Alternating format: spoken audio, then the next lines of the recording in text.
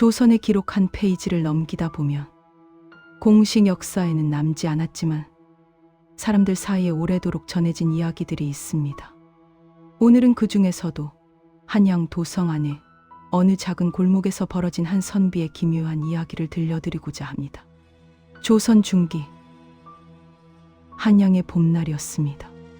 길가의 매화는 그드러지게 피고 바람은 싸늘하지만 산들산들 불어오는 그런 계절이었지요. 사람들은 낮에는 관가에서 일을 보고 밤이면 시장으로 몰려들어 소문을 나누곤 했습니다. 그 시절 한양은 낮과 밤의 얼굴이 확연히 달랐죠. 이때 골목 끝 작은 서당에 한 선비가 살고 있었는데요. 이름하여 김상진이라는 자였어요. 겉으로는 평범한 선비였지만 그의 이야기에는 뜻밖의 비밀이 숨겨져 있습니다. 김상진은 늘 묵묵히 서책을 들여다보는 편이었지요. 과거 시험에는 관심이 없는 듯 오로지 옛 일서들만 탐독했습니다. 이웃들은 그를 이상한 선비라 수근거리기도 했죠. 하지만 사람들 사이에는 소리 없이 떠도는 이야기가 있었으니 그가 밤이 깊으며 한양 성안 곳곳을 몰래 돌아다닌다는 것, 그냥 산책하러 다닌다거나 시를 짓는다는 소문도 있었지만 사실은 달랐습니다. 그 선비는 조선 최고의 일관도 놀랄 만큼 뛰어난 실력을 지녔다고 해요. 사람의 숨결과 맥박에서 병마의 징후를 꿰뚫어 본다는 소문, 그가 품은 비밀은 바로 숨은 명예라는 별명이 붙을 만큼 병자들을 몰래 돌본다는 것이었지요. 왜 그는 이름을 드러내지 않고 숨어서 병을 고쳤을까요? 혹시 과거의 어떤 사연 때문이었을까요? 아니면 선비의 신분으로 의술을 펼치는 것이 부담스러웠을까요?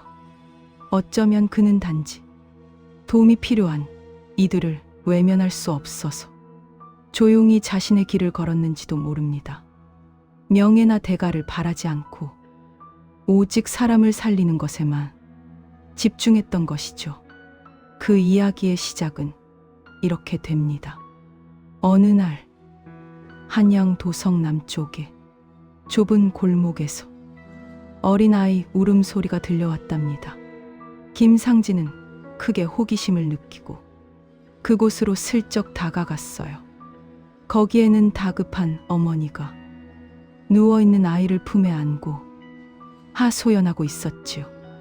아이의 이마는 뜨겁고 손끝은 차갑고 입술은 바짝 말라 있었습니다. 주변 주민들 몇몇 그야말로 안절부절 못하는 모습이었어요. 병원도 제대로 발달하지 않았던 그때 관가의 의원들은 멀리 있었고 일반 백성들이 쉽게 접근할 수도 없었죠. 설령 찾아간다 해도 비용이 만만치 않았고 때로는 냉대를 받기 일쑤였습니다. 주민들은 속수무책이었는데 김상진이 조용히 다가가 아이의 맥을 짚고는 인의 표정을 달리했습니다. 그의 손길은 조심스러웠지만 그 눈빛만큼은 확신에 차 있었어요. 합당한 치료법이 있습니다만 이곳에서는 쉽지 않으니 조금만 기다려 주소. 그 말과 함께 그는 조심스레 약재 몇 가지를 꺼냈습니다. 구석진 곳에서 작은 화로에 불을 지피고 정성스레 약을 달여 조제한 무약을 건넸어요. 그 모습을 지켜보던 사람들은 모두 숨죽이고 기다렸습니다. 이 약을 하루 3번 따뜻할 때 먹이십시오. 그리고 아이의 몸을 차갑게 하지 마시고 미음으로 천천히 기력을 회복시키세요. 김상진의 침착한 목소리에 어머니는 눈물을 글썽이며 거듭 고개를 숙였습니다. 그날 밤 아이는 조금씩 안정을 찾기 시작했고 사흘 후에는 완전히 회복했다고 합니다. 놀랍게도 며칠 소문은 한양 전체로 퍼졌습니다. 저 선비 밤에 몰래 나온다더니 병 고치는 신통한 재주가 있단다. 그 약초와 조제법은 대체 어디서 배웠느냐는 질문에도 김상진은 입을 꾹 다물었지요. 하지만 그가 낸 치료법은 점점 더 많은 이들에게 알려졌습니다. 술집과 시장, 심지어 높은 기생집에서도 그의 이름이 조심스레 나돌았습니다. 그 선비가 우리 집 아이를 살렸어. 내 어머니의 오랜 병도 고쳐주셨지. 사람들의 감사와 신뢰는 점점 더 두터워져 갔습니다. 하지만 김상진은 여전히 조용히 밤의 그림자처럼 움직였죠. 어느 밤에는 심지어 관아의 하급 관리가 몰래 찾아왔다고 합니다. 그의 아이가 희귀한 병에 걸렸는데 관가 의원들은 해법을 못 찾자 한양 전체가 떠들썩했기 때문이었지요. 김상진은 그 관리에 불안한 눈빛에 마음이 움직여 늦은 시간까지 함께 고민했습니다. 촛불을 켜놓고 오래된 의서를 뒤적이며 밤새도록 답을 찾았어요. 명약이 따로 없나? 물었던 관리에게 그는 한참을 침묵하다가 말했어요. 하늘이 내려준 약초라고 생각되나 자연을 거스르지 않는 지혜가 필요할 뿐이요. 그 말을 듣고 돌아간 관리는 다음날 밤 몰래 약을 구해다 아이에게 먹였고 정말로 아이는 점차 건강을 되찾았다고 합니다. 관리는 김상진을 찾아와 제3 감사의 뜻을 전했지요. 이쯤 되니 한양의 사람들은 김상진을 단순한 선비라 여기지 않았고 신비한 인물이라 한 마디씩 거들었지요. 어떤 이는 그가 풍수지리를 알기 때문에 병이 드는 곳을 알고서 먼저 치료한다는 말도 했고, 또 어떤 이는 귀신과 통하는 법을 익힌 듯 영혼의 병까지 고친다는 소문도 돌았습니다. 심지어 어떤 이들은 그가 신선으로부터 비법을 전수받았다거나 산속에서 돌을 닦은 은둔 고수라는 이야기까지 만들어냈죠. 하지만 김상진은 그 모든 소문을 한 귀로 듣고 한 귀로 흘리며 다만 묵묵히 자신이 할 일을 했을 뿐입니다. 그런데 이 야사는 한 가지 재미난 장면과 더불어 한양 도성의 밤 풍경도 떠올리게 만듭니다. 어둠이 내리면 그 주변 골목마다 등불이 하나둘 켜지고 술집에서는 사람들의 웃음소리와 복닥임이 이어지는 시절, 김상진이 약을 다려 나르던 골목에는 아이들도 조심스레 그 길을 지나갔고 어머니들의 속삭임 소리와 발걸음 소리가 겹쳤습니다.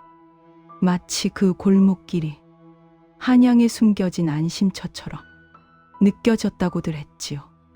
병든 이들에게는 희망의 길이었고 가난한 이들에게는 마지막 의지처였습니다. 사실 김상진도 외롭고 흔들리는 마음을 숨기지 못했습니다. 병을 앓는 아이들을 볼 때마다 마치 자신의 어린 시절이 떠오르곤 했지요. 그 역시 어린 시절 어머니를 병으로 잃었다고 합니다. 당시 마땅한 치료를 받지 못해 그저 속수무책으로 지켜볼 수밖에 없었죠.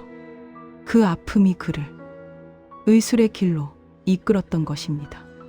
어머니 품에서 울던 그 시절의 생생한 기억이 그를 움직였고 그 덕에 이웃들의 작은 희망이 쌓여갔답니다. 그렇게 그는 한양의 밤거리를 거닐며 누구보다도 따뜻한 온기를 전하는 숨은 빛이 되어갔습니다.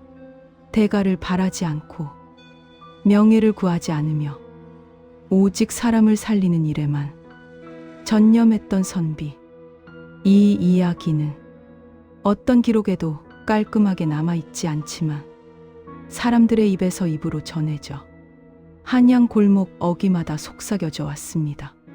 그 선비가 특히 겨울이 오기 전 설렘에 잠 못 이루던 봄밤 조용히 약재를 챙겨 병든 자들을 찾아다녔더라 하고 말입니다. 추운 겨울을 앞두고 약한 이들을 미리 돌보려 했던 그의 마음씨를 사람들은 오래도록 기억했습니다.